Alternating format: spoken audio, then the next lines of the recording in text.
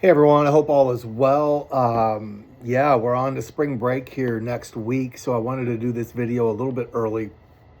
Quick reminder, about a couple of the assignments. It doesn't take long to get behind, so be paying attention to your point totals, where you're at, what the requirements are to get the full points for each assignment, because it sneaks up on you fast, and we're almost at the halfway point of the semester already. So, keep up with that. It's really important. You don't want to wait to the last little bit and then realize you're behind on the grade you want to get. So, keep that in mind. Keep in mind, look at your due dates, right? There's a reason that the DBs and things can't be made up, because by very nature of the assignment, it's meant to be a discussion with your peers, right? So if your peers have already moved on to the next thing, yeah, there's no discussion there, so, or no opportunity for discussion, so they can't be made up. So be mindful of that. If you're struggling in some way, reach out to me. Let me know how I can assist you. So that said, we're wrapping up motivational interviewing, and as I said, we would spend the 2 weeks on it, and most every semester.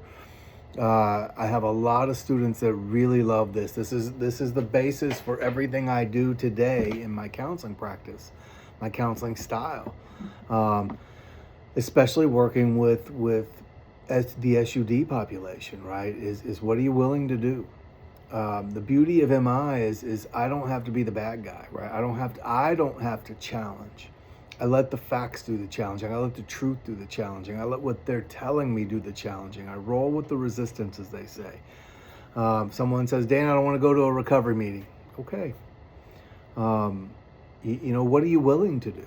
There's your motivational interviewing. On one hand, you're saying, I want to make this life change. I want my life to improve. On the other hand, I'm drinking every day. Are using drugs every day, and I'm not willing to go to a recovery group. So make those two things work. What is the plan then, right? And you let the truth do the confronting, right? You let what they say do the confronting. It's a wonderful style, and I really like it. It's very non-confrontational, yet very confrontational at the same time, right? It's just not an aggressive style in any way. And again, as I said, it'll be the basis for what you do with this population. Moving forward, next week you have spring break, so that's a nice break for you. Hopefully you use it to rest, have fun, reset, get caught up on work, whatever it is you do. But the following week you have your smart recovery meeting, and then the week after, as you did last time, you will write your paper this week, or the week of the 23rd. And then the week after, you'll do your DB with the summary of your paper. So couple of reminders on the paper is it needs to be about your experience at this particular meeting, not a history of the program, not a history of your past experience with the program, not a comparison of multiple programs. It needs to be about your particular experience at this program. I just don't know how much more I can stress that. And the reason for that is because you're going to be asking clients to have new experiences, right? And so we want to be able to focus on that. Like, look, I could write a paper on any one of these programs today, never attending another group meeting, anything. It's not about the past. It's not about my past experience. It's about my current experience. You're going to have many, many clients, as many of you probably can attest to personally, of, attending a group or a meeting or a program, falling out of favor with that program, and then having to return to that program, right? So there's value in that. And so while many of you may not be experienced with smart recovery, this will be a brand new experience anyway. But even if you are, I need you to go to a new meeting you've never been to. Again, don't write about the history of the program. If you want to put a sentence or two in there, it says, hey, this was founded in this time, this, or this, fine. But don't spend half a paper writing about the history. I know the history of the programs. That's not what we're after. I want to know about what your experience was, what their philosophies are, what your experience was about their philosophies. How do you think it's helpful for you personally? How do you think it's helpful for you as a clinician? How do you think it might be helpful for your clients? Don't spend a half a paper writing about what Joe Schmo said in there, right? I want you to, if you want to mention something, hey, a member said this, And I think there was great value as a result because of this. Fine, great, tie that in. But it really needs to be about your experience, because our role as LCDCs is to educate our clients on these groups so that they can make a choice as to what group fits their needs. I'm not here to choose for them. I don't know what group's best for them, right? They're all wonderful groups. They're just not all a good fit for each individual, right? If I have a client who I know is a Christian, man or woman, right, that is, the faith is super important to them, I'm going to recommend Celebrate Recovery to them every time. If I also have a person that comes in and says, that's not a thing for me, I don't want to deal with that, I'm not even going to mention Celebrate Recovery. Why would I, right?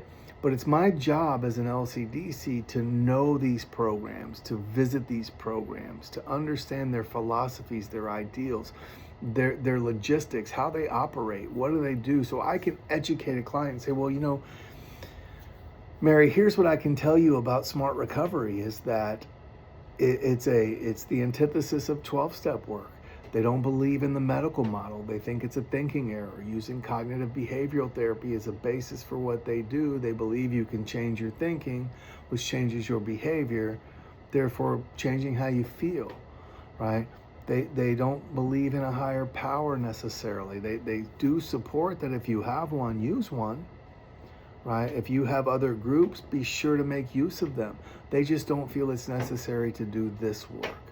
They meet mostly online, and at least in the Houston area, I know for sure, I'm guessing it's different everywhere in the country, but mostly online.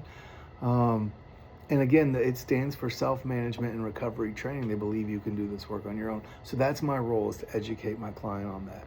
What they do with that is up to them. I can't say, hey, you should go to this group. I don't know if that group's good for them or not. They're all good groups, right? It's up for them to determine that. So, but I have to be educated about these groups, and I'm only going to get educated by going and experiencing it, right? And so I hope you love Smart Recovery. I love Smart Recovery. I love all the groups, honestly. I mean, I don't resonate with all of them, but I love them as a clinician. I think they're all very valuable. Again, I'm just going to say that over and over. Every group is good. And I want you to remember this too. One group doesn't have to be bad for another group to be good. AA doesn't have to be bad for Smart Recovery to be good. Smart Recovery doesn't have to be bad for NA to be good, or AA to be good, or Refuge to be good. They're all good. Just because they don't resonate with you doesn't make them bad. Personally, I don't resonate with the language they use in Celebrate Recovery, which is a Christian 12-step program. And I'm a Christian man, but I don't relate to that, right? I don't relate in that way when it comes to the recovery thing. So that wouldn't be a program for me. I still will absolutely refer that to a client, because it's not about what I like or don't like. I need to stress that to you. It is not about what I like or what I don't like. My job is to educate a client on what their philosophies, ideals, logistics, how they, just the whole program, so they can make a decision as to what's best for them. I will encourage them to attend any kind of meeting. Yeah, any kind of meeting. Go to wherever you're willing to go to. Again, motivational interviewing. Do what you're willing to do. What are you willing to do? If you're not willing to, I have people come to my office all the time and say, Dan, I'm not going to AA. First thing they say. Okay, what are you willing to do? Let me tell you about what else is available, and you can choose. You can Google them, you can read up on them, and you can see which one makes sense for you. I can give you a rundown of the basics of each program. Here's what's available. You know, what are you willing to do? Let's create a plan.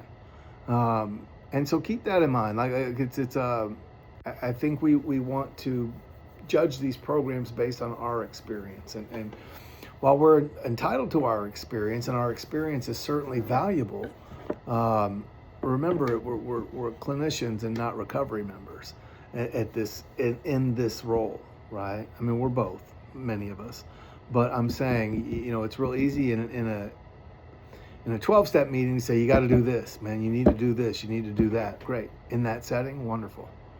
In a clinical setting, not okay. Right? It's not my role to do that, because what if it goes bad? Well, you said it was this, right? So keep that in mind. We want to remain neutral. So again, next week, spring break. Remember your DB responses are due Saturday. Today's Friday, so it's I haven't seen them all yet because they're not due. As I said, I'm doing this a little early since it's spring break coming up. Next week, spring break. Enjoy it. Week after, your smart recovery paper. The following week, we will, at the end of that spring break, at the end of the week, let me back up, easy for me to say. At the end of the week 7, 320, the week of 323, that'll be the halfway point. Again, look at your points, look at your totals, see what you need in your syllabus to get the grade you want to get. If you're behind, reach out to me and I'll see what we can do to get you caught up. But week 8, you'll do the summary of your paper. And then, you know, we're down to the last half and then some. So guys, have a great week. I enjoy your spring break, and I will maybe do a video after the smart recovery paper. We'll see. I may check in and before that, who knows. But guys, have a great spring break and we'll talk soon.